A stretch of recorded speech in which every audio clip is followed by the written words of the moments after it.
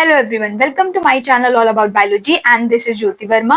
और आज यहाँ पर हम लोग बात करने वाले हैं मेरे केवीएस इंटरव्यू एक्सपीरियंस के बारे में, जिसको लेकर काफी कमेंट्स हमें देखने को मिल रहे थे। तो मेरा जो केवीएस का इंटरव्यू हुआ था, ये हुआ था 16 मई 2023 को कोलकाता में। तो जब आप लोगों को यहाँ पर इंटरव्यू के लिए कॉल लेटर मिलेगा तो उसमें सारी चीजें मेंशन होंगी कि आपको कौन से डॉक्यूमेंट्स लेके जाने हैं, क्या क्या चीजें लेके जानी है, उसमें सारी चीजें डिटेल में मेंशन होंगी। जैसे जो मुझे इंटरव्यू के लिए कॉल लेटर मिला था उसमें सारी चीजें मेंशन थी कि हम लोगों को सारी मार्कशीट्स की ओरिजिनल कॉपी लेके जानी है। इसके साथ साथ सारी मार्कशीट्स का जेरोक्स सेल्फ अटेस्टेड वहां पर सबमिट करना था, कास्ट सर्टिफिकेट सबमिट करना था। इसके अलावा एक बायोडेटा फॉर्म था, उसकी 5 कॉपीज हम लोगों को फिल करके लेके जानी थी। एक अंडरटेकिंग फॉर्म था। तो इतनी चीजें वहां पर इंटरव्यू के कॉल लेटर में मेंशन थी। तो आपको भी जब आपका इंटरव्यू का कॉल लेटर मिलेगा उसमें सारी चीजें मेंशन होंगी कि आपका इंटरव्यू कहाँ पर होना है, उसका रिपोर्टिंग टाइम क्या है और आपको कौन कौन से डॉक्यूमेंट्स लेके जाने हैं। तो हम लोगों का जो इंटरव्यू का टाइम था, रिपोर्टिंग टाइम, वो 8:30 का था। तो हम लोग अपने टाइम पर वहां पर पहुंच जाते हैं वेन्यू पर। उसके बाद आपको वहां पर अलग अलग बोर्ड्स मिलेंगे, अलग अलग पैनल्स मिलेंगे, जहां पर सबसे पहले आपका डॉक्यूमेंट वेरिफिकेशन होगा। तो वहां पर आप लोगों को जो डॉक्यूमेंट्स, जितने भी आपके डॉक्यूमेंट्स हैं, उसको अच्छी तरीके से वो लोग वेरीफाई करेंगे। वहां पर एक पैनल होगा, डॉक्यूमेंट वेरिफिकेशन पैनल, अलग अलग पैनल्स होंगे।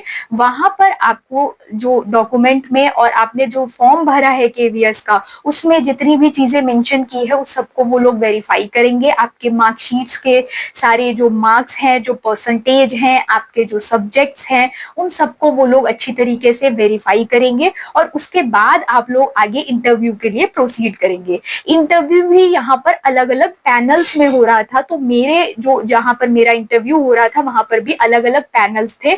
तो आपके रोल नंबर के अकॉर्डिंग आपका अलग अलग पैनल, आपको वहां पर पहले ही पता चल जाएगा कि कौन से पैनल में आपका इंटरव्यू होना है।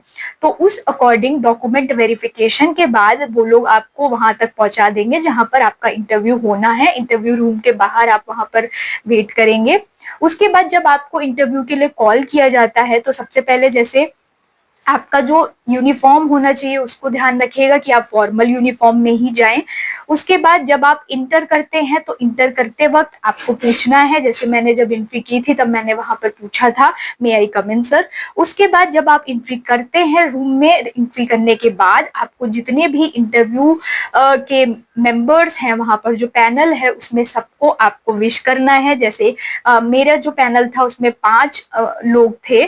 तो वहां पर सबको आपको इंडिविजुअली जो है विश करना है कॉन्फिडेंस के साथ। और उस टाइम क्योंकि लंच के बाद मेरा इंटरव्यू हो रहा था तो मैंने सबको फिर वहां पर गुड आफ्टरनून विश किया था। प्रॉपर कॉन्फिडेंस के साथ आपको सबको विश करना है, आई कांटेक्ट मेंटेन रखते हुए, नर्वस आपको नहीं दिखाई देना है। उसके बाद जब आपको वो बैठने के लिए कहते हैं तब आपको बैठना है, थैंक यू बोलना है। उसके बाद जो इंटरव्यू के पैनल मेंबर्स रहते हैं उनके पास आपके बायोडेटा का एक एक कॉपी रहता है। आपके बायोडेटा में बेसिकली आपका जो जितना भी क्वालिफिकेशन है, आपने अभी तक जितना भी किया है, पोस्ट ग्रेजुएशन, ग्रेजुएशन, सब कुछ, उसका मार्क्स, परसेंटेज, सारी चीजें वहां पर मेंशन होंगी। आपकी हॉबीज और भी बहुत सारी चीजें, आपका जो आपका एक्सपीरियंस, सारी चीजें उस बायोडेटा फॉर्म में मेंशन होंगी। तो वो लोग वहां पर सबसे पहले उस बायोडेटा फॉर्म को देखते हैं। उसके बाद उन्होंने पूछा था इंट्रोड्यूस योरसेल्फ। तो सबसे पहले जो इंट्रोडक्शन हम लोग बहुत अच्छी तरीके से प्रिपेयर करके जाते हैं, तो मैंने वहां पर अच्छी तरीके से खुद को इंट्रोड्यूस किया था। उसके बाद वहां पर उन्होंने मुझसे क्वेश्चन पूछा था कि आपको गोल्ड मेडल कौन सी कैटेगरी में मिला है, क्योंकि वहां पर मेरा गोल्ड मेडल के बारे में मैंने मेंशन किया था तो उसके बारे में मैंने उनको बताया था। कम्युनिकेशन आपको इंग्लिश में ही रखना है, वो ज्यादा बेटर रहेगा। उसके बाद नेक्स्ट क्वेश्चन उन्होंने मुझसे पूछा था एनईपी के बारे में, यानी कि नेशनल एजुकेशन पॉलिसी के बारे में उन्होंने मुझसे पूछा था कि एनईपी क्या है, एनईपी के बारे में बताइए। तो एनईपी के बारे में मैंने डिटेल में उनको अच्छे से बताया था। उसके बाद उन्होंने मुझसे पूछा था यहाँ पर कि मेरी हॉबीज क्या है, तो मैंने अपनी हॉबीज के बारे में उनको अच्छी तरीके से बताया था। फिर उसके बाद नेक्स्ट क्वेश्चन उनका था कि आपने कौन सा टॉपिक प्रिपेयर किया है डेमो के लिए, what topic you have prepared for demo. तो मैंने उनको बताया कि मैंने जो है अपना lac operon model topic prepare किया था पढ़ाने के लिए वहां पर। तो डेमो के लिए जब वो बोलते हैं, तो जब आप डेमो के लिए जाएं तो वहां पर आपको डस्टर और मार्कर, वहां पर व्हाइट बोर्ड था तो डस्टर और मार्कर यूज करने से पहले आप एक बार पूछ लीजिएगा can I use this marker. उसके बाद आप वहां पर अपना डेमो टीचिंग स्टार्ट करेंगे अच्छी तरीके से। मैंने वो पूरा कॉन्सेप्ट अच्छी तरीके से वहां पर उसको एक्सप्लेन किया था। उसके बाद वो मुझे वापस बुलाते, फिर उसके बाद नेक्स्ट क्वेश्चन उनका रहता है कि लैक ओपेरॉन मॉडल से रिलेटेड ही वो क्वेश्चंस पूछ रहे थे कि लैक ओपेरॉन मॉडल अगर आपको पढ़ाना है बच्चों को तो और कौन सा मेथड आप यूज कर सकते हो बच्चों को पढ़ाने के लिए, ये ब्लैक बोर्ड मेथड या लेक्चर मेथड के अकॉर्डिंग और कौन कौन सी स्ट्रैटेजीज है जो हम यूज कर सकते हैं बच्चों को इंटरैक्टिव वे में टॉपिक समझाने के लिए, क्योंकि बच्चों को टॉपिक समझ में आना वो ज्यादा जरूरी होता है।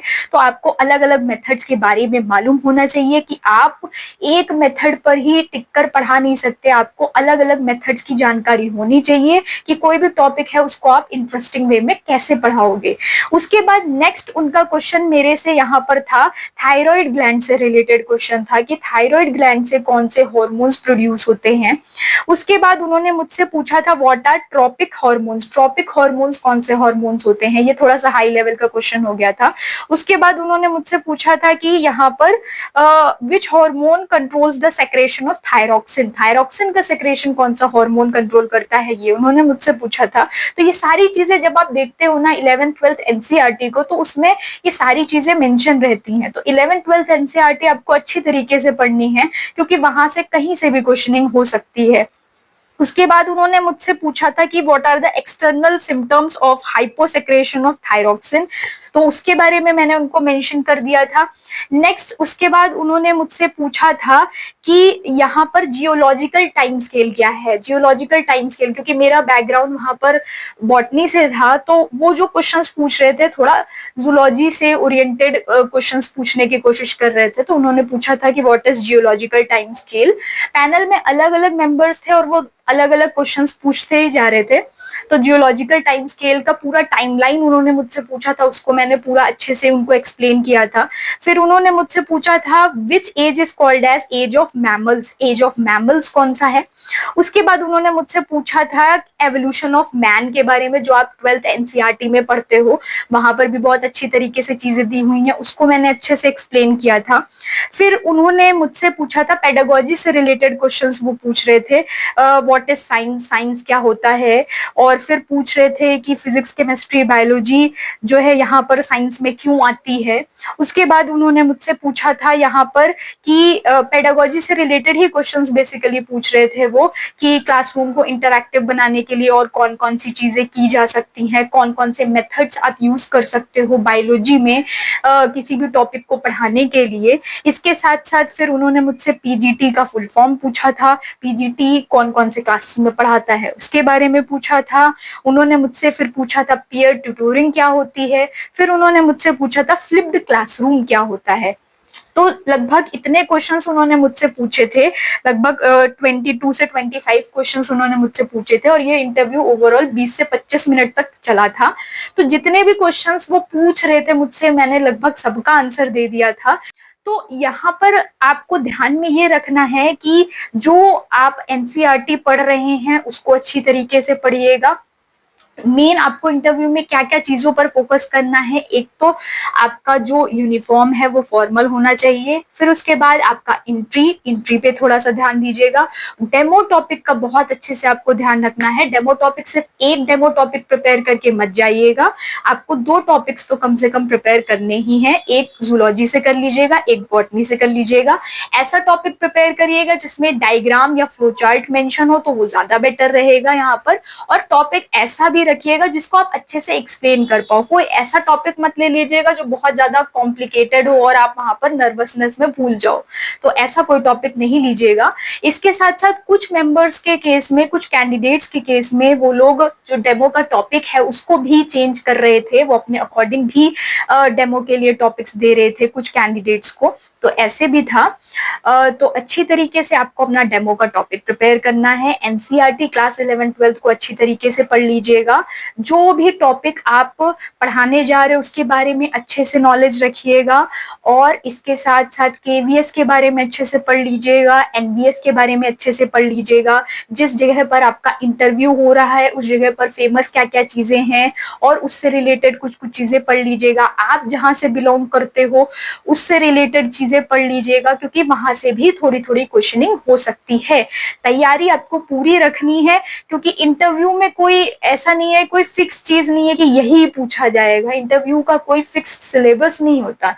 इंटरव्यू पैनल पे बेस्ड है, वहां पर जो लोग बैठे हैं उन पर बेस्ड है कि वो क्या पूछेंगे। तो आपको अपनी तरफ से तैयारी पूरी रखनी है और अच्छे से इंटरव्यू को कॉन्फिडेंटली देना है।